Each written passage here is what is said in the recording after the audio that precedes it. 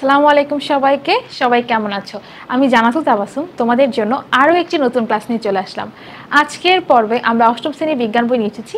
তো বিজ্ঞান বইয়ের অনুসন্ধানী পাঠের অধ্যায় 4 কোষ বিভাজন সম্পর্কে আলোচনা করব। আজকের পর্বে আমরা মাইটোসিস কোষ বিভাজনের ধাপগুলো জানবো। তো চলো আজকে আমাদের পড়ায় চলে যাই। আচ্ছা, এখন আমরা মাইটোসিস কোষ সম্পর্কে জানবো। আমরা কিন্তু এর আগের পর্বে দেখেছিলাম মাইটোসিস কোষ বিভাজন কাকে বলে। তো মাইটোসিস কোষ বিভাজন হচ্ছে যখন দেহকোষ গঠনের জন্য বা দেহকোষ গঠনের জন্য যখন মাতৃকোষ থেকে নতুন অপত্য কোষ সৃষ্টি হচ্ছে, সেটাকেই বা সেই প্রক্রিয়াটাকে বলা হচ্ছে মাইটোসিস কোষ বিভাজন প্রক্রিয়া। দেখো তোমাদের এখানে সংজ্ঞাটা খুব সুন্দর করে দেয়া আছে। বহুকোষী জীবদেহ গঠনের জন্য একটা মাতৃকোষ থেকে দুটি অপত্য কোষ তৈরির প্রক্রিয়াকে বলা হয় মাইটোসিস প্রক্রিয়া। তাহলে মাইটোসিস প্রক্রিয়া কাকে বলে? বহুকোষী জীবদেহ গঠনের জন্য। বহুকোষী জীব কারা? যে মানুষ, পশু পাখি, অন্যান্য যে পশু পাখি, অন্যান্য যে উদ্ভিদ আছে তাদের কথা বলছে। তাদের ক্ষেত্রে একটা মাতৃকোষ থেকে যখন দুটো অপত্য কোষ তৈরি হবে তখন সেই প্রক্রিয়াকে বলা হবে মাইটোসিস কোষ বিভাজন প্রক্রিয়া।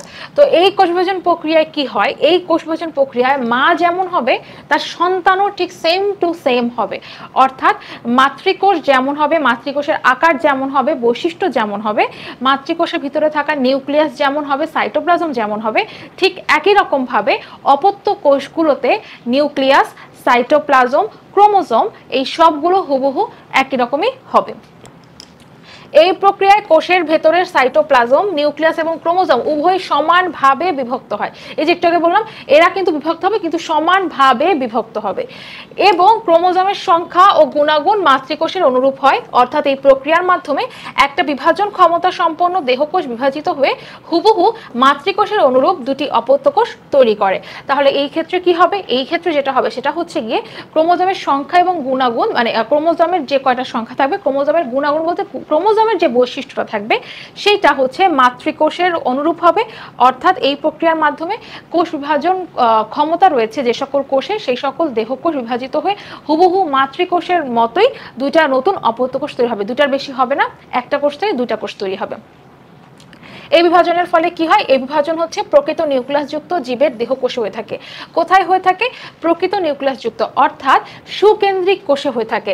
এই প্রকৃত নিউক্লিয়াসযুক্ত বলতে বোঝানো হচ্ছে সুকেন্দ্রিক কোষ। অর্থাৎ এটাকে গিয়ে আমরা যেটা বলতে পারি, সুকেন্দ্রিক কোষ বলতে যার কোষটা গিয়ে সুগঠিত থাকবে, যার কোষটা সুগঠিত, সে মানে যার কোষের নিউক্লিয়াসটা সুগঠিত থাকবে তাকে বলা হচ্ছে সুকেন্দ্রিক কোষ। তাহলে এখানে প্রকৃত নিউক্লিয়াসযুক্ত জীবের দেহকোষে ঘটে থাকবে। এবং এই বিভাজনের ফলে কি হবে? কোষের সংখ্যা বৃদ্ধির মাধ্যমে, কোষের যে সংখ্যাটা বৃদ্ধি পাচ্ছে সেই সংখ্যা বৃদ্ধির মাধ্যমে উদ্ভিদ আর প্রাণী দৈর্ঘ্যে বৃদ্ধি পাবে আর প্রস্থে বৃদ্ধি পাবে। দৈর্ঘ্যে প্রস্থে দুইভাবেই বৃদ্ধি পায়। অর্থাৎ উদ্ভিদ এবং প্রাণী লম্বাও হবে, আবার দুই পাশে চওড়াও হবে। ঠিক আছে? দৈর্ঘ্য প্রস্থ বৃদ্ধি পাচ্ছে। তোমরা ইতিমধ্যে জেনেছো যে আদি এককোষী জীবে মাইটোসিস হয় না। তাহলে মাইটোসিস হয় না কোথায়? আদি এককোষী জীবে। তাহলে আদি এককোষী জীবে কি হয়? অ্যামাইটোসিস কোষ বিভাজন হয়। ওদের কিন্তু মাইটোসিস বা মিওসিস কোষ বিভাজন কোনোটাই হবে না।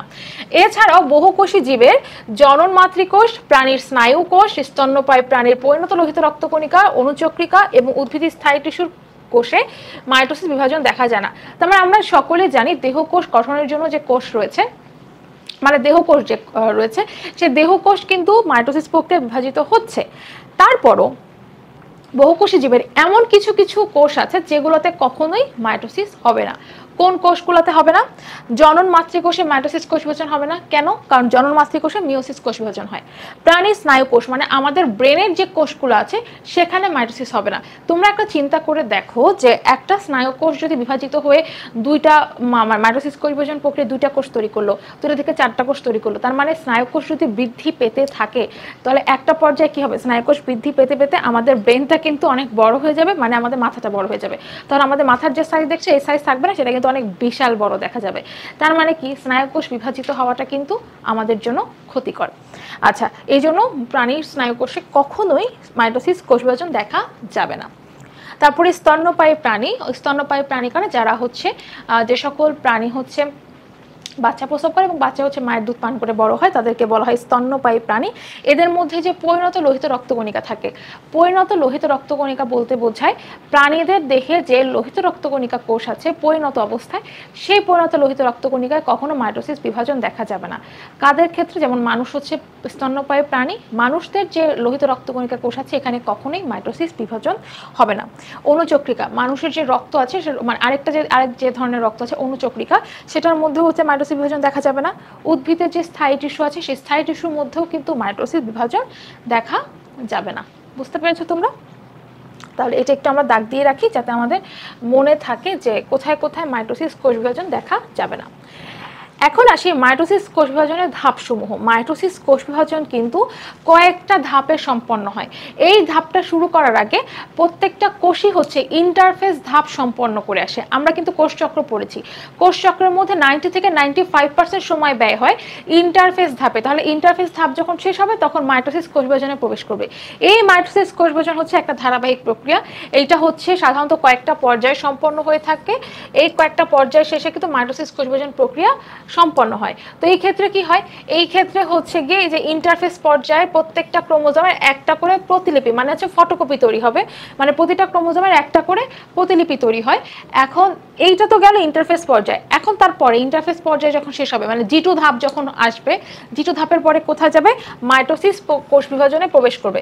মাইটোসিস কোষ বিভাজনের ধাপ হচ্ছে 4টা: প্রোফেজ, মেটাফেজ, অ্যানাফেজ, আরেকটা হচ্ছে টেলোফেজ। ঠিক আছে? কি কি কয়টা ধাপ বললাম?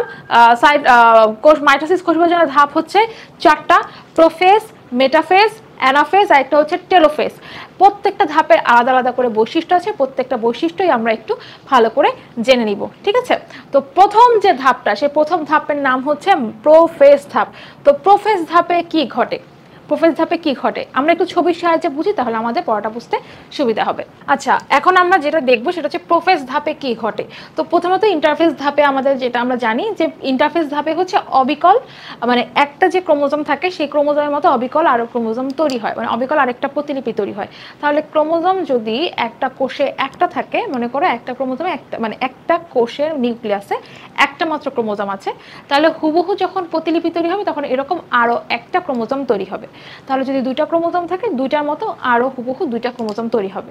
তো হুবহু ক্রোমোজোম তৈরি হওয়া মানে হচ্ছে ডিএনএটাও হুবহু তৈরি হওয়া।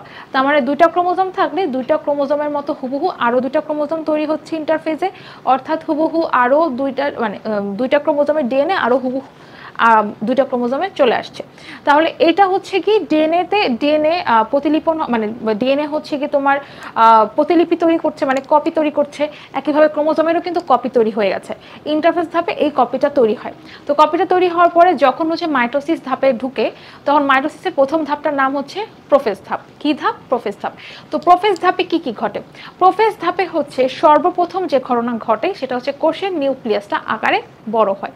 তাহলে আমরা সকলে জানি যে মানে এই আমরা যদি একটু খেয়াল করি যে আমরা জানি যে একটা নিউক্লিয়াসের মধ্যে, মানে একটা কোষের মধ্যে যে নিউক্লিয়াস থাকে, ঠিক আছে, একটা কোষের মধ্যে যে নিউক্লিয়াসটা থাকে সেটা হচ্ছে আকারে, মানে এটা হচ্ছে যে নিউক্লিয়াস, মনে করো একটা কোষের মধ্যে নিউক্লিয়াস এটা, তাহলে যদি এটা হয় তাহলে এই নিউক্লিয়াসটা হচ্ছে ধীরে একটু আকারে বড় হবে, দেখতে হচ্ছে আকারে একটু বড় হয়ে যাবে এই জায়গাটায়।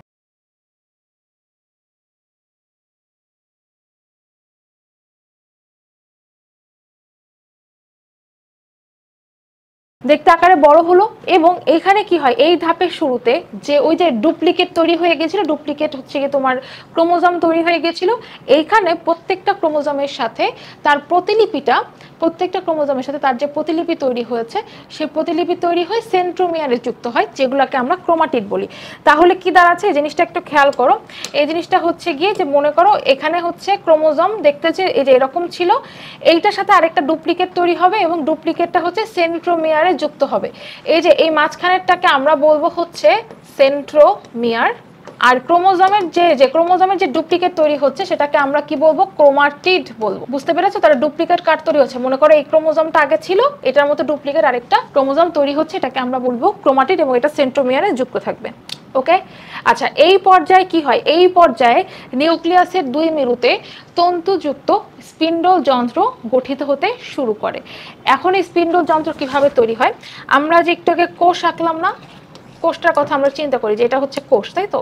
আচ্ছা, ধরো হচ্ছে এই কোষটা একটু বড় করি, তাহলে আমাদের বুঝতে সুবিধা হবে। ধরো এটা হচ্ছে কোষ, কোষের ভিতরে হচ্ছে নিউক্লিয়াস দেই। নিউক্লিয়াসটা মনে করো যে এরকম একটু ছোটই হলো, এটা মনে করো নিউক্লিয়াস।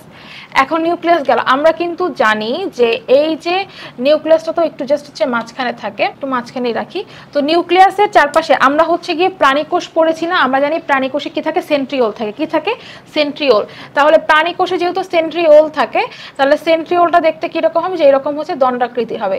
এই সেন্ট্রিওল প্রাণীকোষের ক্ষেত্রে খুব গুরুত্বপূর্ণ ভূমিকা পালন করে, কারণ যে কোষ বিভাজন যেটা হয়, সেই কোষ বিভাজন ঘটানোর জন্য, প্রাণীকোষে কোষ বিভাজন ঘটানোর জন্য সেন্ট্রিওলগুলো বা সেন্ট্রোসোম হচ্ছে গিয়ে এখানে কোষ বিভাজন ঘটিয়ে থাকে। কিভাবে ঘটায়? কোষ বিভাজনের সময় এই যে সেন্ট্রোসোমগুলো বা এই যে সেন্ট্রিওলগুলো যেটা আমরা দেখতে পাচ্ছি, এই সেন্ট্রোসোম হচ্ছে গিয়ে এখানে একটা চলে আসে, মানে এখানে একটা চলে আসে আর এখানে হচ্ছে একটা চলে আসে। এই যে দুই পাশে যখন সেন্ট্রোসোম চলে আসে, এখান থেকে এক ধরনের তন্তু বিচ্ছুরিত হয়। কি বিচ্ছুরিত হয়? এক ধরনের তন্তু বা সুতা বিচ্ছুরিত হয়, যেটাকে বলা হয় স্পিন্ডল তন্তু। কি বলা হয়?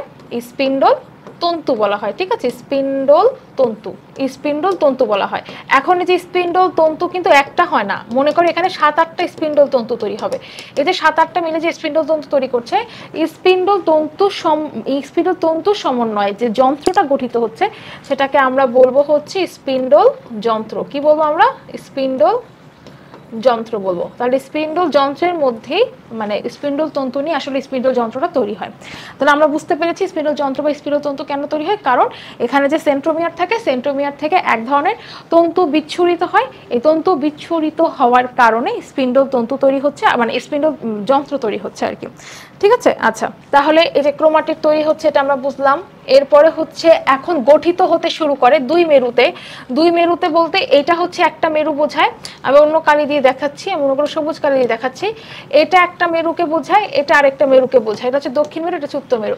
মানে দক্ষিণ দিকে যে অংশটা থাকে সেটা মানে দক্ষিণ মেরু, আর মানে পৃথিবীর যেমন দক্ষিণ মেরু উত্তর মেরু থাকে, ঠিক সেভাবে নিউক্লিয়াসেরও দুইটা মেরু থাকবে, একটা দক্ষিণ মেরু একটা উত্তর মেরু। এই দুইটা মেরুতে হচ্ছে সেন্ট্রোসোম গিয়ে তোমার হচ্ছে স্পিন্ডল যন্ত্র তৈরি করছে। ঠিক আছে, স্পিন্ডল তন্তু তৈরি করছে, যে স্পিন্ডল যন্ত্র তৈরি করবে, তৈরি করা শুরু করবে, তৈরি করে নাই, তৈরি করা শুরু করবে। এদিকে কি হয়, এদিকে নিউক্লিয়াসের ভিতরে যে ক্রোমাটিড থাকে সেগুলো স্প্রিং এর মতো কুণ্ডলিত হয়, মানে একটু পেঁচিয়ে যায়, পেঁচিয়ে গিয়ে হচ্ছে গিয়ে খাটো এবং মোটা হতে শুরু করে।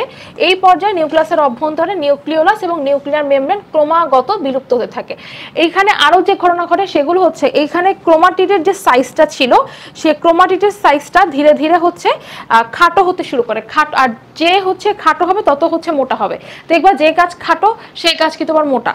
ঠিক আছে, এটা হচ্ছে গিয়ে প্রকৃতিরই নিয়ম, যেটা খাটো হবে সেটা মোটা হবে, আর যেটা লম্বা সেটা হচ্ছে গিয়ে তোমার চিকন হবে। তো এখানে খেয়াল করো যে এখানে ক্রোমাটিডটা হচ্ছে এই পর্যায়ে ছোট হয়ে যায় আর হচ্ছে গিয়ে মোটা হয়ে যায়, খাটো এবং মোটা হয়ে যায়। এবং এই ধাপের শেষে নিউক্লিয়াসের বাইরে যে মেমব্রেন থাকে, মানে নিউক্লিয়ার মেমব্রেন থাকে, সেটা বিলুপ্ত হয়ে যেতে শুরু করে, আর নিউক্লিওলাসও হারিয়ে যেতে শুরু করে। আমরা সকলেই জানি নিউক্লিয়াসের গঠন সম্পর্কে, সকলের কি মনে আছে নাকি আমি একবার বলবো? নিউক্লিয়াসের গঠনে কি কি আছে বলো তো? নিউক্লিয়াসের ভিতরে হচ্ছে আমরা জানি যে নিউক্লিয়াসের ভিতরে একটা নিউক্লিওলাস থাকে, ক্রোমাটিন তন্তু থাকে, তাই না? আর নিউক্লিয়াসের বাইরে একটা আবরণ থাকে, যেটাকে আমরা বলি হচ্ছে নিউক্লিয়ার মেমব্রেন। এই ক্রোমাটিন তন্তুই আসলে ক্রোমোজোমে রূপান্তরিত হয়। আর এইখানে হচ্ছে ভিতরে হচ্ছে তোমার অর্ধতরল জেলির মতো নিউক্লিওপ্লাজম থাকে। আর ঘন যেটাকে দেখা যায়, যে ডিমের কুসুম বলেছিলাম না, ডিমের কুসুমের মতো যেটা দেখা যাবে সেটা হচ্ছে কি নিউক্লিওলাস। তো প্রোফেজ ধাপের শেষে এই যে লাল যে অংশটা আমরা দেখতে পাচ্ছি, এই লাল অংশটা হচ্ছে নিউক্লিয়ার মেমব্রেন। নিউক্লিয়ার মেমব্রেন বিলুপ্ত হতে শুরু করে আর নিউক্লিওলাসও হারিয়ে যেতে শুরু করে। আমরা বুঝতে পেরেছি তাহলে প্রোফেজ ধাপে কি কি ঘটে। আমরা যদি একটু ছবি দেখি, ছবি দেখলে হচ্ছে ব্যাপারটা আরো একটু ক্লিয়ার হবে। ছবিটা আমরা একটু দেখি। দেখো ছবিটা হচ্ছে, এখানে যে ছবিটা দেওয়া আছে, এখানে হচ্ছে প্রথমটা দেওয়া আছে যেটা, সেটা হচ্ছে ইন্টারফেস ধাপ। ইন্টারফেস ধাপ যেটা, সেটা হচ্ছে কি আমরা তো ইন্টারফেস ধাপ পড়ে আসছি। ইন্টারফেস ধাপের পরেরটা হচ্ছে কি প্রোফেজ ধাপ। প্রোফেজ ধাপে দেখো, প্রোফেজ ধাপে এই যে জিনিসটা যে দেখতে পাচ্ছ, এই যে মানে একটু ছড়ানো একটা ফুলের মতো যে অংশটা দেখতে পাচ্ছ, এটাই হচ্ছে গিয়ে সেন্ট্রোসোম। কি বলে এটাকে? এটাকে বলে সেন্ট্রোসোম। এটা কিন্তু প্রাণী কোষের মাইটোসিস বিভাজন দেখানো হচ্ছে। ঠিক আছে, আর এখানে দেখো প্রত্যেকটা ক্রোমোজোম, যে ক্রোমাটিড সহ আছে, সেন্ট্রোমিয়ার সহ আছে। তাহলে এটাই কিন্তু তোমার ওই যে প্রোফেজ ধাপ। প্রোফেজ ধাপে কিন্তু দেখতে অনেকটা যে এরকম হবে। দেখো প্রোফেজ ধাপটা দেখতে যে এরকম হবে। ঠিক আছে। তো প্রোফেজ ধাপে কি কি ঘটে আমি আবারও বলছি, আমার কাছে না একদম তোমাদের এই সম্পর্কিত কিন্তু একটা আছে, মানে অনুশীলনের একটা কাজ আছে। সেই অনুশীলনের কাজের জন্য এগুলো তৈরি করা হয়েছিল, তোমরা এটা চাইলে বুঝতে পারো যে এটা হচ্ছে কি তোমার প্রোফেজ ধাপ। কেন? কারণ হচ্ছে দেখো এখানে হচ্ছে নিউক্লিওলাস দেখা যাচ্ছে, এখানে সব ক্রোমাটিড দেখা যাচ্ছে। ক্রোমাটিড হচ্ছে এই যে হলুদ হলুদ যে অংশটা দেখতে পাচ্ছি এটা হচ্ছে সেন্ট্রোমিয়ার, আর এই সবুজ অংশগুলো হচ্ছে ক্রোমাটিড, আর নীল কালার অংশটা হচ্ছে নিউক্লিওলাস। তো এই ধাপটাতে কি ঘটে, এখানে সেন্ট্রোমিয়ারটাকে দেখানো সম্ভব হয় নাই, তবে চেষ্টা করবো যে এখানে উপরে সেন্ট্রোমিয়ার বোঝানোর জন্য।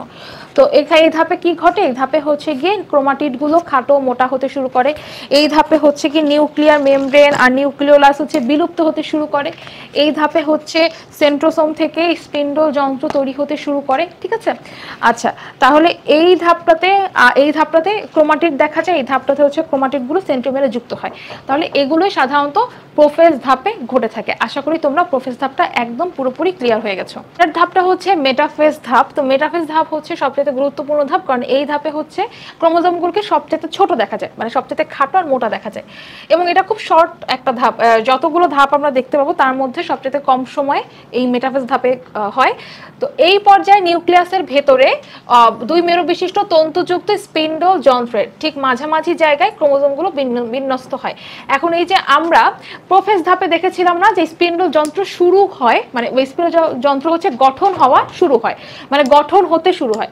তো গঠন হতে শুরু হয় তার মানে গঠন হওয়া পুরোপুরি হয়নি। তো মেটাফেজ ধাপে কি হয়, মেটাফেজ ধাপের আমরা যদি কোষের কথা চিন্তা করি, এইটাকে মেরু বলে। এই দুই পাশে পৃথিবীর যেমন মেরু থাকে এই দুইটাকে মেরু বলা হয়। আর পৃথিবীর যেমন মাঝখানের অঞ্চলটাকে বিষুবীয় অঞ্চল বলে, ঠিক একইভাবে কোষ বিভাজনের ক্ষেত্রে এই নিউক্লিয়াসের মাঝের অংশটাকে বলা হয় বিষুবীয় অঞ্চল। এই যে দেখো এইটা হচ্ছে মেটাফেজ ধাপ। এই মেটাফেজ ধাপের এই যে কোষের মাঝখানের এই অঞ্চলটাকে আমরা বলবো বিষুবীয় অঞ্চল। পৃথিবীর মাঝখানের এই অঞ্চলটাকেও কিন্তু বিষুবীয় অঞ্চল বলা হয়। ঠিক আছে, এখন এই ধাপটাতে কি হয়, এই ধাপটাতে হচ্ছে ক্রোমোজোমগুলোকে সবচেয়ে মোটা এবং খাটো দেখা যায়। কারণ কি, কারণ এরা যখন বিষুবীয় অঞ্চলে অবস্থান করে, খেয়াল করে দেখো এরা কিন্তু মাঝখানের অঞ্চলে আছে এবং তাদের একজনের থেকে আরেকজনের দূরত্ব কিন্তু খুব বেশি না। এই জন্য এক লাইনে থাকতে গিয়ে তাদের কিন্তু জায়গা হয় না, এই জন্য চাপাচাপি করে থাকতে হয়।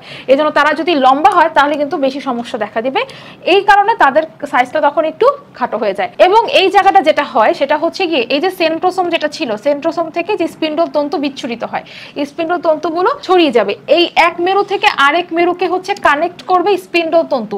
এই যে এই সুতাগুলোকে বলা হচ্ছে স্পিন্ডল তন্তু। ঠিক আছে, এই সুতাগুলো হচ্ছে স্পিন্ডল তন্তু। এই যে দেখো যেমন সুতা, তাহলে এই যে এখানে একটা থেকে এই একটা সুতা এই পাশে মেরুতে আসলো, এই একটা সুতা হচ্ছে এই পাশে মেরুতে আসলো, তার মানে এই মেরুর সাথে এই মেরু হচ্ছে কানেক্ট করলো। কানেক্ট করে এই যে গঠনটা তৈরি করছে, এই যে এরকম মাকু আকৃতির যে গঠনটা তৈরি করছে, এই মাকু আকৃতির গঠনটাকে কিন্তু তখন বলা হয় স্পিন্ডল যন্ত্র। ঠিক আছে, তাহলে মেটাফেজ ধাপে কি কি ঘটে, মেটাফেজ ধাপে হচ্ছে স্পিন্ডল যন্ত্র তৈরি হচ্ছে। স্পিন্ডল যন্ত্রের হচ্ছে গিয়ে একদম বিষুবীয় অঞ্চলে, মানে একদম মাঝখানের অঞ্চলে ক্রোমোজোম অবস্থান করে, এবং ক্রোমোজোমগুলো এই মাঝখানে অবস্থান করার জন্য তাদের আকৃতি হচ্ছে সবচেয়ে মোটা এবং খাটো দেখা যায়। ঠিক আছে, আচ্ছা গেল। এখন এই পর্যায়ে শেষের দিকে, যখন এই পর্যায়ে একদম শেষের দিকে চলে আসবে তখন কি হয়, সেন্ট্রোমিয়ার বিভাজন ঘটে, দুইটা অপত্য সেন্ট্রোমিয়ার তৈরি হয় এবং নিউক্লিয়ার মেমব্রেন এই জায়গাটায় পুরোপুরি বিলুপ্ত হয়ে যায়। তাহলে এই ধাপের শেষে কি হবে, এই ধাপের শেষে হচ্ছে নিউক্লিয়াসের বাইরে যে আবরণ থাকে যেটাকে আমরা বলি নিউক্লিয়ার মেমব্রেন, সেটা হচ্ছে পরিপূর্ণভাবে বিলুপ্ত হয়ে যাবে। এবং এই ধাপে দেখো এই যে এইখানে যে এরা যে একটা গঠন তৈরি করেছিল, এইটার সেন্ট্রোমিয়ারটা আলাদা হয়ে যাবে। সেন্ট্রোমিয়ারটা কি হয়ে যাবে, আলাদা হয়ে যাবে। অর্থাৎ জিনিসটা দেখতে এরকম হবে, যেটা একটা সেন্ট্রোমিয়ার, এটা হচ্ছে একটা ক্রোমোজোম, এখানে তখন আরেকটা সেন্ট্রোমিয়ার, এটার সাথে আবার আরেকটা মানে ক্রোমাটিড থাকবে, তখন দেখতে এরকম হবে। যেটার গঠন ছিল এরকম ফুলের মতো, সেটা না হয়ে যে সেটা না মানে সেটা ভেঙে তখন একটা সেন্ট্রোমিয়ার সাথে হচ্ছে দুইটা ক্রোমাটিড তৈরি করবে। এই যে এই বিষুবীয় অঞ্চলের মানে এই মেটাফেজ ধাপের শেষের দিকে বিষুবীয় অঞ্চলে এই ঘটনাটা ঘটবে। তাহলে কি কি ঘটে আমরা আরেকবার বলি। এই পর্যায়ে নিউক্লিয়াসের অভ্যন্তরে নির্মিত দুই মেরু বিশিষ্ট তন্তুযুক্ত স্পিন্ডল যন্ত্রের ঠিক মাঝামাঝি জায়গায় যেটাকে বলা হয় বিষুবীয় অঞ্চল, সেখানে ক্রোমোজোমগুলো বিন্যস্ত হয় এবং এই বিন্যস্ত হওয়ার পরে এই জায়গাটা হচ্ছে গিয়ে সেন্ট্রোমিয়ার গুলো বিষুবীয় অঞ্চলে থাকে, বিষুবীয় অঞ্চল মানে একদম মাঝখানে অঞ্চলে থাকে, আর ক্রোমাটিড বাহু দুটো হচ্ছে মেরুমুখী হয়।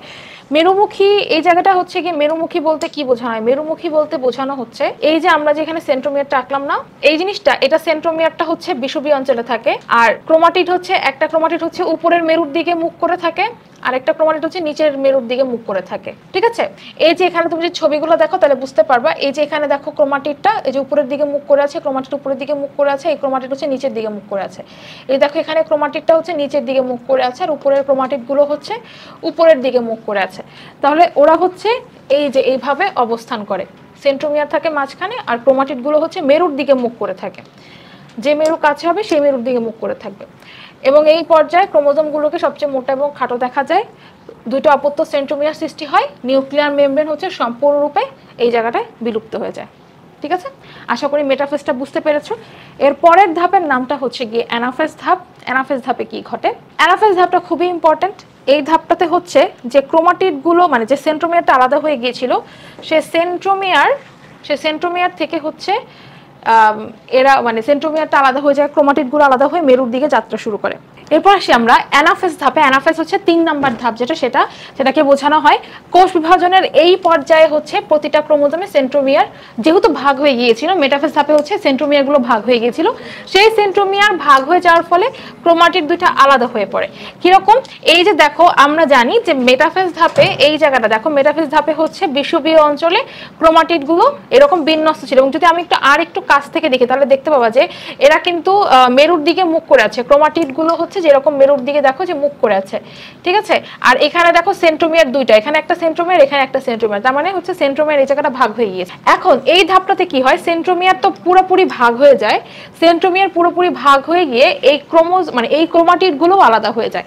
অর্থাৎ এই যেটা এই ক্রোমাটিডগুলো এরকম মেরুর দিকে মুখ করে ফেলে এবং হচ্ছে তারা এরকম আলাদা হয়ে যায়। যখন আলাদা হয়ে যায় তখন এই ক্রোমোজোমটাকে বলা হয় অপত্য ক্রোমোজোম, অপত্য ক্রোমাটিড বলা হয়। অপত্য ক্রোমোজোম বলবো আমরা এটাকে, অপত্য ক্রোমোজোম তৈরি হয়। অর্থাৎ এরা যখন সেন্ট্রোমিয়ারটা ভাগ হয়ে গিয়ে যখন মেরুর দিকে যাত্রা শুরু করে তখন এদেরকে বলা হয় অপত্য ক্রোমোজোম।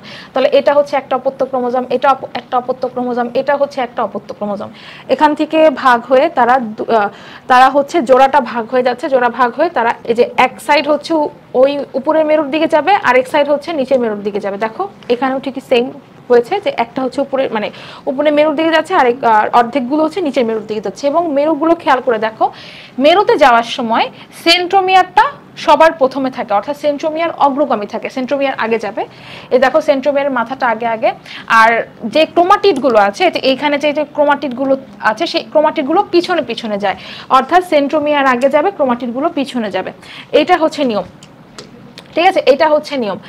এখন এইটা যখন এই পর্যায়ে যখন হচ্ছে প্রত্যেকটা ক্রোমাটিড যখন এই মেরুতে এসে পৌঁছাবে, যখন এই মেরুতে এসে পৌঁছাবে তখন এই ধাপের সমাপ্তি ঘটবে। এবং এই ধাপের সমাপ্তি ঘটার পরে এই যে এখানে যে তন্তু, এই যে এখানে যে স্পিন্ডল তন্তু ছিল না, এই যে দেখো সুতার মতো যে অংশটাকে যে দেখা যাচ্ছে স্পিন্ডল তন্তু, বা হচ্ছে যে এই পুরোটাকে আমি বলতে পারি স্পিন্ডল যন্ত্র, এটা বিলুপ্ত হয়ে যাবে। ঠিক আছে, এটা বিলুপ্ত হয়ে যাওয়া শুরু করবে, কারণ এটার কাজ এখন আর নাই। তো এই জায়গাটায় এগুলো কিন্তু তোমরা যদি খেয়াল করে দেখো যে এইখানে যে যখন এটা মেরুর দিকে যাত্রা করে তখন এই ক্রোমাটিডগুলো বিভিন্ন ধরনের গঠনের মাধ্যমে যায়, মানে বিভিন্ন ধরনের গঠন তাদের মধ্যে থাকে। যেমন এটা দেখো, এটা অনেকটা ভি এর মতো গঠন থাকে, কোনটা হচ্ছে ভি, কোনটা হচ্ছে এল এর মতো গঠন থাকে, কোনটা আই এর মতো, কোনটা হচ্ছে জে এর মতো গঠন থাকে। ভি এল আই জে এর 3 ধরনের গঠনের মতো থাকে।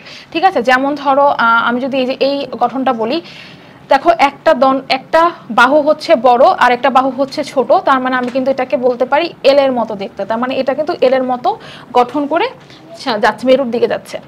আবার হচ্ছে কোনোটা হচ্ছে তোমার ভি এর মতো হয়, ভি এর মতো হচ্ছে কি অনেকটা হচ্ছে দুইটা বাহুই সমান থাকে, মানে হচ্ছে এই ক্রোমাটিড বাহু দুইটা সমান থাকে আর মাঝখানে হচ্ছে সেন্ট্রোমিয়ার থাকে, এই ক্ষেত্রে সেটা ভি এর মতো গঠন হয়। ঠিক আছে, এরকম হচ্ছে বিভিন্ন ধরনের গঠন দেখা যায়, মানে ক্রোমোজোমগুলো এরকম বিভিন্ন ধরনের গঠন তৈরি করে বিভিন্ন ধরনের আকৃতিতে তারা হচ্ছে মেরুর দিকে যাত্রা শুরু করে, মেরুর দিকে যাত্রা করে।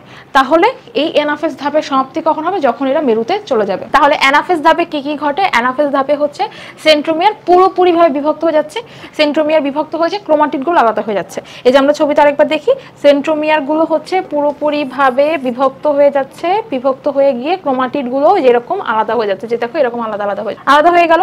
এরপরে হচ্ছে ক্রোমাটিড দুটাকে আমরা বলবো হচ্ছে কি ক্রোমোজোম, এবং দুটাতেই হচ্ছে গিয়ে একটা করে সেন্ট্রোমিয়ার যুক্ত থাকবে, অর্থাৎ এখানেও এদের সেন্ট্রোমিয়ার থাকবে আর এখানেও ওদের সেন্ট্রোমিয়ার থাকবে। এবং এরা কিভাবে যাবে? সেন্ট্রোমিয়ার সামনে থাকবে আর হচ্ছে ক্রোমাটিডগুলো পিছনে থাকবে, ঠিক আছে? সেন্ট্রোমিয়ার অগ্রগামী, ক্রোমাটিডগুলো হচ্ছে অনুগামী থাকে। এরপরে হচ্ছে মেরুর দিকে যাওয়া, মেরুর দিকে যখন পুরোপুরিভাবে মেরুতে যখন এই সেন্ট্রোমিয়ার সহ ক্রোমাটিডগুলো যখন পৌঁছে যাবে তখন এই ধাপের সমাপ্তি ঘটবে। তাহলে এদের যাত্রা হচ্ছে সেন্ট্রোমিয়ার সহ ক্রোমাটিডগুলোর যাত্রা হচ্ছে মেরুতে যাওয়া পর্যন্ত। এই পর্যায়ে যাওয়ার পরে হচ্ছে এই পর্যায়ে শেষের দিকে হচ্ছে স্পিন্ডলতন্ত্র হচ্ছে প্রায় বিলুপ্ত হয়ে যায়, মানে একদম হচ্ছে কি আস্তে আস্তে হারিয়ে যাওয়া শুরু করে, এবং যখনই হচ্ছে গিয়ে তোমার মেরুতে গিয়ে পৌঁছাবে ক্রোমাটিডগুলো তখন এই ধাপে সমাপ্তি ঘটবে, ঠিক আছে? এটা গেল হচ্ছে অ্যানাফেজ ধাপ। এরপরে সবার শেষের ধাপটার নাম হচ্ছে টেলোফেজ ধাপ। টেলোফেজ হচ্ছে গিয়ে সবার শেষ ধাপ, তার মানে এইখানে নতুন করে এইটা হচ্ছে গিয়ে নতুন করে কোষ তৈরি করবে। কিভাবে করবে? মাইটোসিস কোষ বিভাজনের সর্বশেষ পর্যায়ে হলো টেলোফেজ ধাপ। এই পর্যায়ে হচ্ছে অপত্য ক্রোমোজোমগুলো বিপরীত মেরুতে এসে পৌঁছায়। অ্যানাফেজ ধাপে আমরা দেখেছিলাম ক্রোমাটিডগুলো হচ্ছে বিপরীত মেরুতে গিয়ে পৌঁছাবে, তখনই হচ্ছে এদের সমাপ্তি ঘটবে। এখন বিপরীত মেরুতে গিয়ে পৌঁছানোর পরে টেলোফেজ ধাপটা শুরু হবে। তো টেলোফেজ ধাপে হচ্ছে ক্রোমোজোমগুলো এটা হচ্ছে বিপরীত মেরুতে গিয়ে পৌঁছাবে। যে আমরা এখন এই ছবিটা একটু দেখি, এই ছবিটা খেয়াল করো। এই যে দেখো টেলোফেজ ধাপে হচ্ছে গিয়ে বিপরীত মেরুতে, যে দেখো এখানে অ্যানাফেজ ধাপে যে 4টা ক্রোমাটিড ছিল সেই 4টা ক্রোমাটিড যখন এই যে এখানে চলে গেল, এই 4টা ক্রোমাটিড যখন চলে গেল তখন হচ্ছে টেলোফেজ ধাপের সূচনা হবে। ক্রোমোজোমগুলো হচ্ছে ধীরে ধীরে কি করবে? এখন সরু এবং লম্বা আকার ধারণ করবে। সরু এবং লম্বা আকার কোথায় ছিল বলতো? যখন আমরা নর্মাল একটা নিউক্লিয়াস দেখেছিলাম, সেই নিউক্লিয়াসের ভিতরে ক্রোমাটিন তন্তু ছিল না? ক্রোমাটিন তন্তু মানে কি? ক্রোমোজোমের সুতাগুলা, ওই ক্রোমাটিন তন্তু বা সুতার মতো গঠন তৈরি করবে, অর্থাৎ আস্তে আস্তে ক্রোমাটিন তন্তুর দিকে ধাবিত হওয়া শুরু করবে। তাহলে ক্রোমোজোমগুলো কি হবে? ধীরে ধীরে সরু হতে শুরু করবে এবং লম্বা আকার ধারণ করবে। বলেছিলাম না লম্বা হওয়া মানে চিকন, ঠিক সেরকম সেটাই হচ্ছে সরু লম্বা আকার ধারণ করবে। এখন নিউক্লিয়াস তৈরি হওয়া শুরু করবে। নিউক্লিয়াস তৈরি হওয়ার জন্য কি লাগবে? নিউক্লিওলাস লাগবে, নিউক্লিওপ্লাজম লাগবে, নিউক্লিয়ার মেমব্রেন লাগবে। অর্থাৎ এই ধাপে ধীরে ধীরে যে প্রোফেজ ধাপে যা ঘটেছিল তার বিপরীত ঘটনা ঘটবে হচ্ছে এই টেলোফেজ ধাপে। তাহলে কি ঘটবে? প্রোফেজ ধাপে আমরা কি কি হারিয়েছিলাম? প্রোফেজ ধাপে হচ্ছে নিউক্লিয়ার মেমব্রেন আর নিউক্লিওলাস হারিয়ে ফেলেছিলাম। তাহলে ওই দুটা আবার টেলোফেজ ধাপে চলে আসবে। তাহলে টেলোফেজ ধাপে নিউক্লিওলাস চলে আসবে আর নিউক্লিয়ার মেমব্রেন চলে আসবে। কারণ কি? নিউক্লিয়াসটা তৈরি করতে হবে। এর ফলে কি হয়? এর ফলে হচ্ছে দুইটা মেরুতে, এই যে দেখো এখানে যদি ছবিটা খেয়াল করি তাহলে বুঝতে পারবো। এইখানে মনে করো যে এই যে এখানে হচ্ছে যখন ক্রোমাটিডগুলো এখানে চলে আসছে তখন এটার চারপাশে আস্তে আস্তে করে নিউক্লিয়ার মেমব্রেন তৈরি হবে, এটার ভিতরে আস্তে আস্তে হচ্ছে তোমার নিউক্লিয়াস তৈরি হবে, এবং এটা কি করবে? নিউক্লিয়ার মেমব্রেন যখন তৈরি হবে তার মানে কি এখানে একটা অপত্য কোষ তৈরি হবে। কি তৈরি হবে? অপত্য কোষ।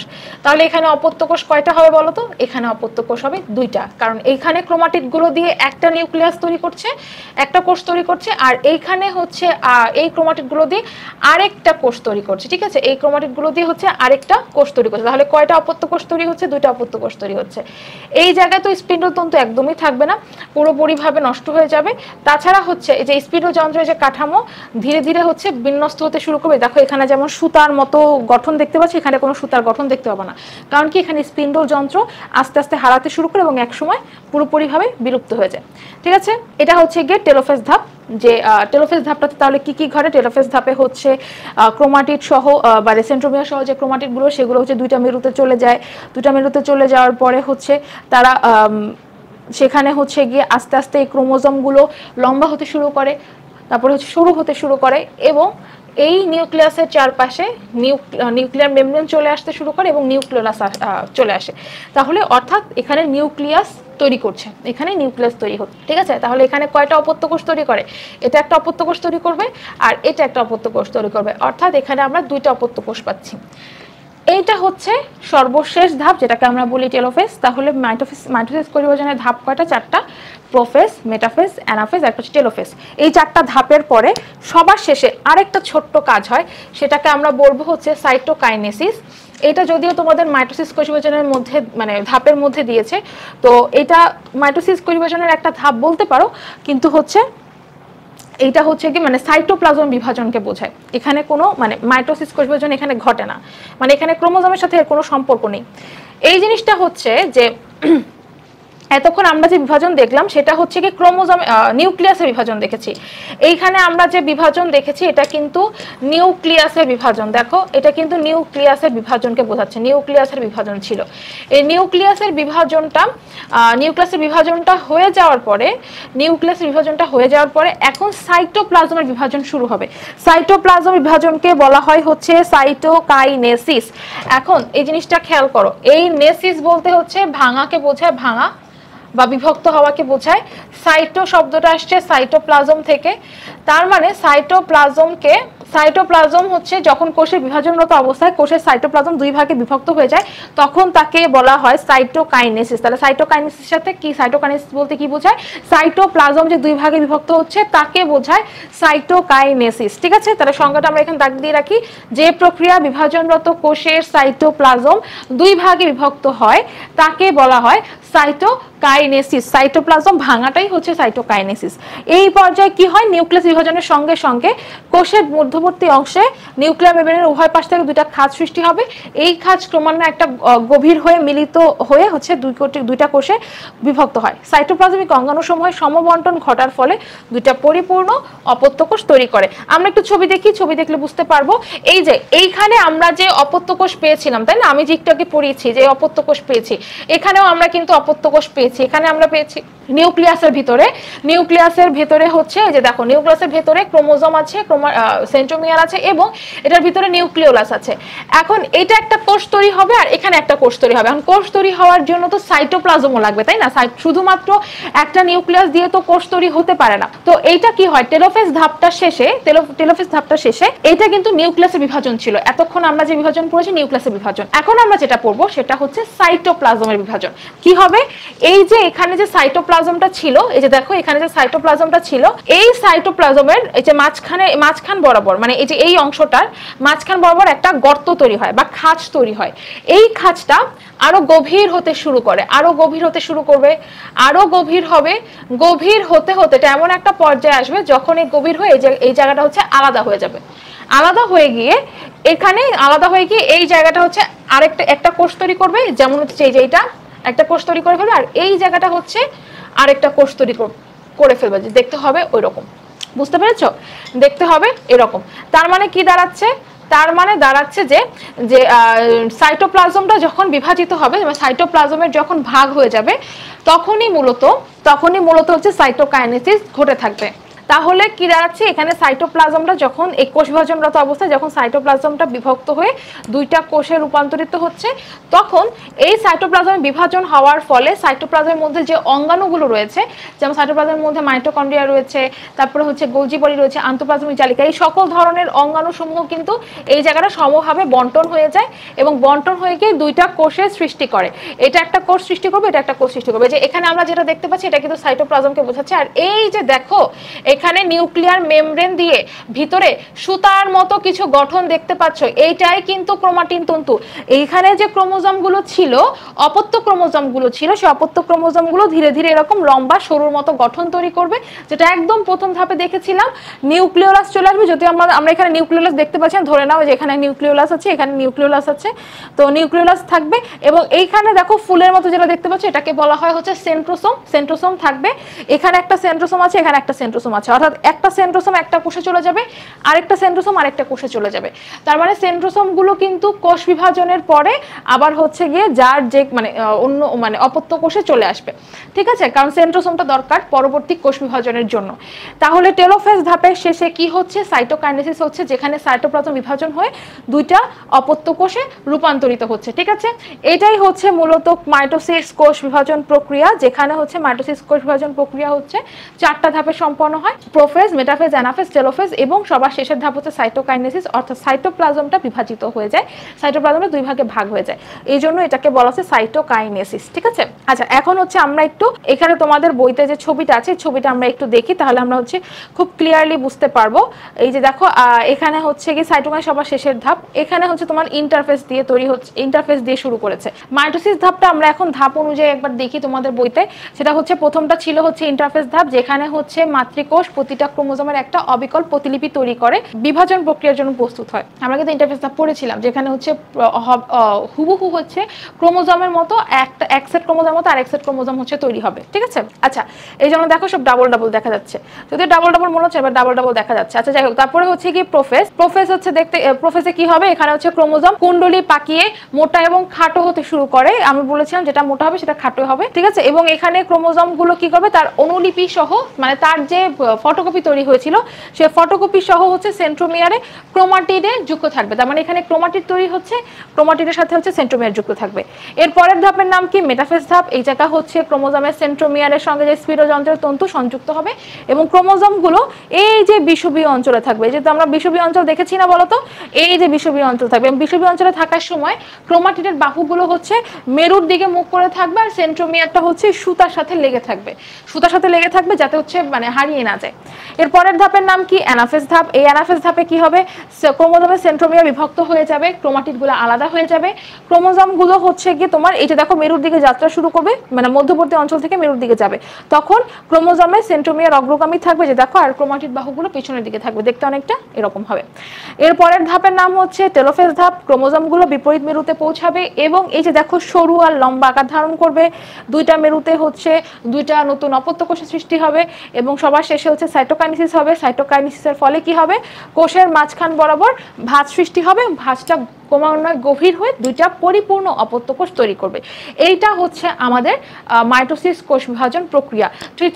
তোমাদের জন্য একটা শর্ট একটা ভিডিও আছে, সেই শর্ট একটা ভিডিও তোমরা একটু দেখো, দেখলে হচ্ছে তোমাদের পড়াটা একটু ভালো করে ক্লিয়ার হবে। আচ্ছা দেখো, আমাদের এখানে যে ভিডিওটা আছে, ভিডিওটা একটু মনোযোগ দিয়ে দেখি, তাহলে আমরা মানে খুব ভালো মতো বুঝতে পারবো যে আমাদের দেহে যে কোষগুলো আছে সেই কোষগুলো হচ্ছে কিভাবে বিভাজিত হয়, আমাদের দেহের কোষগুলো কত দ্রুততম সময়ে বিভাজিত হয়। দেখবা যে এই প্রক্রিয়াটা খুব দ্রুততম সময় ঘটে যাবে। আমার পড়াতে আধা ঘন্টা সময় লেগেছে, কিন্তু এইখানে ঘটতে দেখা যাবে 2 মিনিট সময় লাগছে। আসলে আমাদের কোষ বিভাজনে 2 মিনিটও সময় লাগে না, আরো কম সময় লাগে।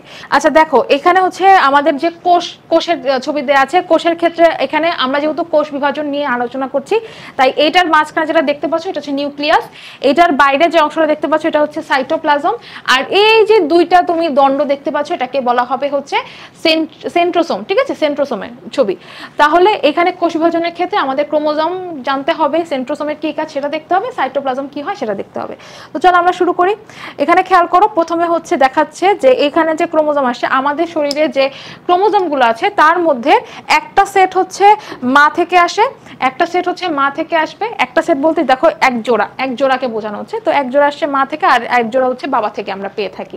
এটা হচ্ছে সকল সন্তান তার মা বাবা থেকে প্রত্যেকটা মানে ক্রোমোজোমে এরকম পেয়ে থাকে যে একজন সন্তান তার বাবা থেকে অর্ধেক ক্রোমোজোম পায় আর মা থেকে হচ্ছে অর্ধেক ক্রোমোজোম পেয়ে থাকে। এটা মিওসিস কোষ বিভাজন যখন আমরা শিখব তখন বিষয়টা আরো ভালো করে বুঝতে পারবো।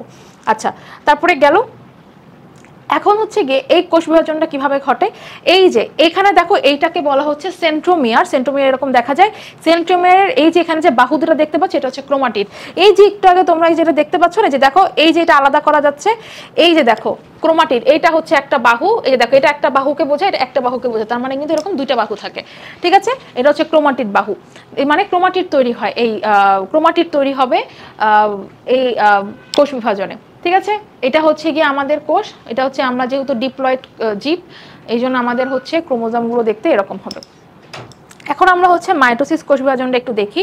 মাইটোসিস কোষ বিভাজনে কি হয়, এইটা হচ্ছে আমাদের সবার প্রথম ধাপ। এই যে দেখো এইটা হচ্ছে এখন আমরা দেখবো, এটা হচ্ছে প্রোফেজ ধাপ। প্রোফেজ ধাপে কি কি ঘটে তোমরা দেখবা সেই সকল জিনিস এখানে ঘটবে। প্রোফেজ ধাপে কি ঘটে, আচ্ছা প্রোফেজ ধাপে কি কি ঘটে, এই যে দেখো আমরা একটু ছবিটা ভালো করে দেখি। এটা সেন্ট্রোসোম জানি, আর এটা হচ্ছে কি ক্রোমাটিন তন্তু, ভিতরে দেখো পেঁচানো আছে ক্রোমাটিন তন্তু, ঠিক আছে, ক্রোমাটিন তন্তুগুলো আছে। এখন প্রোফেজ ধাপে এই জায়গাটায় ক্রোমোজোম মানে ক্রোমোজোমগুলো মোটা এবং খাটো দেখা যাবে, নিউক্লিয়ার মেমব্রেন হারিয়ে যাবে, ঠিক আছে।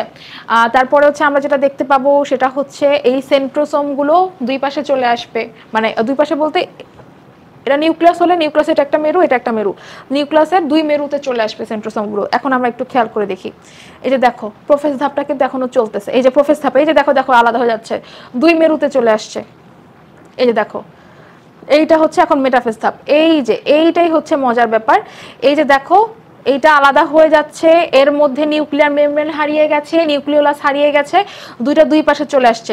এই যে দুইটা দুই পাশে চলে আসছে, এখন মেটাফেজ ধাপ শুরু হলো। খুব দ্রুত ঘটে গেছে না? এটা মেটাফেজ ধাপ শুরু হয়ে গেল। বুঝতে পেরেছো? তাহলে প্রোফেজ ধাপে কি হলো সেটা কিন্তু দেখিয়েছি, যে সবকিছু মানে নিউক্লিয়ার মেমব্রেন হারিয়ে গেছে, নিউক্লিওলাস হারিয়ে গেছে, শুধু এই ক্রোমোজোমগুলো দেখা যাচ্ছে, আর দুই পাশে হচ্ছে যে দুই পাশে তোমার সেন্ট্রোসোম চলে আসছে। এখন মেটাফেজ ধাপ শুরু হবে। মেটাফেজ ধাপে কি হবে? মেটাফেজ ধাপে হচ্ছে কি নিউক্লিয়ার মেমব্রেন একদমই হারিয়ে যায়। এখন এই যে সেন্ট্রোসোমগুলো দেখতে পাচ্ছ, এখান থেকে তোমার স্পিন্ডল তন্তু খুলবে, স্পিন্ডল তন্তু শুরু হবে, স্পিন্ডল তন্তু তৈরি হওয়া শুরু হবে, মানে স্পিন্ডল যন্ত্র এই ধাপে দেখা যাবে। এবং এই ধাপে যেটা হবে সেটা হচ্ছে গিয়ে এটা বিষুবীয় অঞ্চলে এই ক্রোমোজোমগুলোকে এক সারিতে আমরা দেখতে পাবো। দেখো তো মিলে যায় কিনা কথাটা। দুই পাশে আসছে, যে দেখো দেখো যে স্পিন্ডল তন্তুগুলো ছড়িয়ে যাচ্ছে, এই যে তোমার যেটা তৈরি হলো এইটাকেই বলা হচ্ছে স্পিন্ডল যন্ত্র। কি বলা হচ্ছে? স্পিন্ডল যন্ত্র বলা হচ্ছে। তাহলে যে স্পিন্ডল যন্ত্র তৈরি হয়ে গেছে, এই যে দেখো এটা মাঝখানে তোমার যেটা দেখতে পাচ্ছ, মাঝখানে এই ক্রোমোজোমগুলো হচ্ছে আমরা যেটাকে জানি যে অপত্য ক্রোমোজোম বলে। তো এই অপত্য ক্রোমোজোমগুলো হচ্ছে বিষুবীয় অঞ্চলে অবস্থান করছে, এটা হচ্ছে বিষুবীয় অঞ্চল। ক্লিয়ার? বিষুবীয় অঞ্চল। এবং দেখো এই স্পিন্ডল তন্তুর সাথে কোনটা যুক্ত থাকে? স্পিন্ডল তন্তুর সাথে হচ্ছে এই যে সেন্ট্রোমিয়ার গুলো দেখতে পাচ্ছ, এই সেন্ট্রোমিয়ার গুলো সাধারণত স্পিন্ডল তন্তুর সাথে যুক্ত থাকে। ঠিক আছে? আচ্ছা, এখন দেখো এটা আস্তে আস্তে করে আলাদা হয়ে যাচ্ছে। এই যে এখন একটা সুন্দর একটা গঠন আসছে, এই যে সুন্দর একটা গঠন, এটাই হচ্ছে মেটাফেজ ধাপের আসল চিত্র। মেটাফেজ ধাপটাতে হচ্ছে যখন তোমার সেন্ট্রোসোম দুই পাশে আসে তখনই মেটাফেজ ধাপটা শুরু হয়। তো সেন্ট্রোসোম যখন দুই পাশে চলে আসছে তখন আস্তে আস্তে স্পিন্ডল যন্ত্র তৈরি হবে। স্পিন্ডল যন্ত্র তৈরি হয়ে এটা তাদের নিজের মধ্যে হচ্ছে ফাঁকা হয়ে যাবে। ফাঁকা হয়ে গিয়ে এই ক্রোমোজোমগুলো কি সুন্দর দেখো বিষুবীয় অঞ্চলে লাইন করে দাঁড়িয়ে গেছে, বিষুবীয় অঞ্চলে লাইন করে দাঁড়িয়ে গেছে। এবং দেখবা এই পর্যায়ে হচ্ছে মেটাফেজ ধাপে হচ্ছে ক্রোমোজোমগুলোকে সবচেয়ে বেশি খাটো আর মোটা দেখাচ্ছে। কেন? এই যে দেখো এই যে পাশাপাশি দাঁড়িয়ে আছে, তো বেশি একটা জায়গা নাই, এই যে দেখো এগুলো সবগুলোকে এই জন্য খাটো আর মোটা দেখা যাচ্ছে। ঠিক আছে? আচ্ছা, এখন হচ্ছে অ্যানাফেজ ধাপ শুরু। এই যে দেখো অ্যানাফেজ ধাপ শুরু। অ্যানাফেজ ধাপ হচ্ছে এটা, যাচ্ছে যাচ্ছে যাচ্ছে অ্যানাফেজ ধাপ এটা। তাহলে কি ঘটলো এখানে? অ্যানাফেজ ধাপে কি ঘটলো? অ্যানাফেজ ধাপে যেটা ঘটে সেটা হচ্ছে গিয়ে এই যে ক্রোমাটিডগুলো এখন আলাদা হয়ে যাবে, সেন্ট্রোমিয়ার সহ ক্রোমাটিডগুলো আলাদা হয়ে যাবে। এইখানে এই যে এইগুলাকে যদি আমি আলাদা করি, তাহলে এটা হচ্ছে দুইটা বাহু আছে, তাহলে একটা বাহু হচ্ছে তোমার এই মেরুর দিকে যাবে, আরেকটা বাহু হচ্ছে এই মেরুর দিকে যাবে। প্রত্যেকটা ক্ষেত্রে একটা বাহু এই মেরুর দিকে, আরেকটা বাহু এই মেরুর দিকে যাবে। এই যে যখন যাবে তখন হচ্ছে সেন্ট্রোমিয়ার থাকবে সামনের দিকে। তোমরা যখন ভিডিওটা দেখবা তখন দেখবা সেন্ট্রোমিয়ার থাকবে সামনের দিকে আর বাহুগুলো থাকবে পিছনের দিকে। এই ধাপটাকে অ্যানাফেজ ধাপ বলে। এবং এরা হচ্ছে মেরুর দিকে যাত্রা শুরু করবে। মেরুর দিকে যখন গিয়ে পৌঁছাবে তখন হচ্ছে গিয়ে অ্যানাফেজ ধাপ শেষ হয়ে যাবে। তাহলে অ্যানাফেজ ধাপটা এখানে দেখাচ্ছি, এবং তোমরা কিন্তু পাশে এই জায়গায় ব্যাখ্যা দেখতে পাচ্ছ। এখানে কিন্তু প্রত্যেকটা ধাপ যখন শুরু হয় তখন কিন্তু ধাপের নামটা ব্যাখ্যা সহ চেঞ্জ হয়ে যায়। আচ্ছা দেখো, এই যে দেখো আলাদা হয়ে যাচ্ছে। আলাদা হয়ে গিয়ে এই যে দেখো সেন্ট্রোমিয়ার গুলো সামনের দিকে, বাহুগুলো পেছনের দিকে আছে, তখন এরা হচ্ছে মেরুর দিকে যাবে। মেরুর দিকে গিয়ে এই যে দেখো থেমে গেল, থেমে গেল না? এখন কি হবে?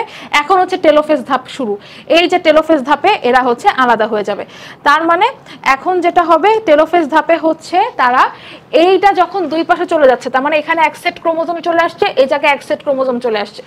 চলে আসার পরে এটা হচ্ছে মাঝখান থেকে বিভাজিত হয়ে যাবে। ওই যে সাইটোকাইনেসিস যেটা আমরা জানি, সেটা হচ্ছে মাঝখান দিয়ে হচ্ছে আস্তে আস্তে করে বিভাজিত হয়ে যাবে, অর্থাৎ নিউক্লিয়াসটা মানে নিউক্লিয়াসটা আগে ভাগ হয়ে যাবে, তারপরে হচ্ছে সাইটোকাইনেসিস আসবে।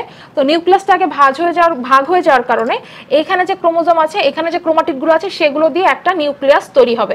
এখানে যে ক্রোমোজোম আছে সেখান থেকে আরেকটা নিউক্লিয়াস তৈরি হবে, অর্থাৎ এখান থেকে একটা নিউক্লিয়াস, একটা পরিপূর্ণ নিউক্লিয়াস আর কি তৈরি হওয়ার সময় হচ্ছে এই টেলোফেজ ধাপ।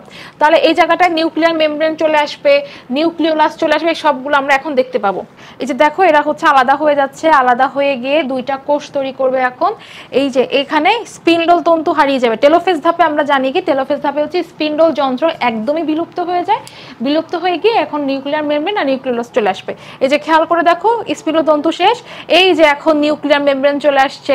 এবং এখন এই ধাপে কি হবে? এই ধাপে হচ্ছে যে ক্রোমাটিন তন্তু তৈরি হবে, নিউক্লিওপ্লাজম চলে আসছে। তাছাড়া হচ্ছে এই যে ক্রোমোজোম যেগুলো ছিল সেগুলো হচ্ছে লম্বা এবং হচ্ছে সরুর মতো আকার, লম্বা এবং সরু হয়ে যাবে। ঠিক আছে? আর দেখো এখানে যে দুইটা মানে নিউক্লিয়াস তৈরি হয়ে গেছে, এটা কিন্তু নিউক্লিয়াস, এটা কিন্তু নিউক্লিয়াস, এটার সাথে এই সেন্ট্রোসোম গুলো দুই পাশের কোষে চলে আসছে। এরপরে দেখো দুই পাশের কোষে চলে আসছে। এখন এটা কিন্তু পরিপূর্ণ একটা কোষ তৈরি হয়ে যাবে, মানে পরিপূর্ণ হচ্ছে একটা কোষ তৈরি হবে। ওই যে সাইটোকাইনেসিস কিন্তু এর মধ্যেই ঘটে যাবে, ওই টেলোফেজ ধাপের শেষের দিকে সাইটোকাইনেসিস হয়ে এই যে নিউক্লিয়াস দেখতে পাচ্ছ এটার বাইরে এটা কিন্তু সাইটোপ্লাজম, হালকা যে কালারটা দেখতে পাচ্ছ এটা সাইটোপ্লাজম। এই সাইটোপ্লাজমে বাকি সব অঙ্গাণুগুলো সমবন্টন হয়ে দুইটা কোষেই চলে আসে। এই যে দেখো এখন হচ্ছে গিয়ে এটা এখন পরিপূর্ণ একটা কোষ তৈরি করবে, এবং এই পরিপূর্ণ কোষটা কি করবে, যে দেখো এটা তো সম্পূর্ণ ধাপ।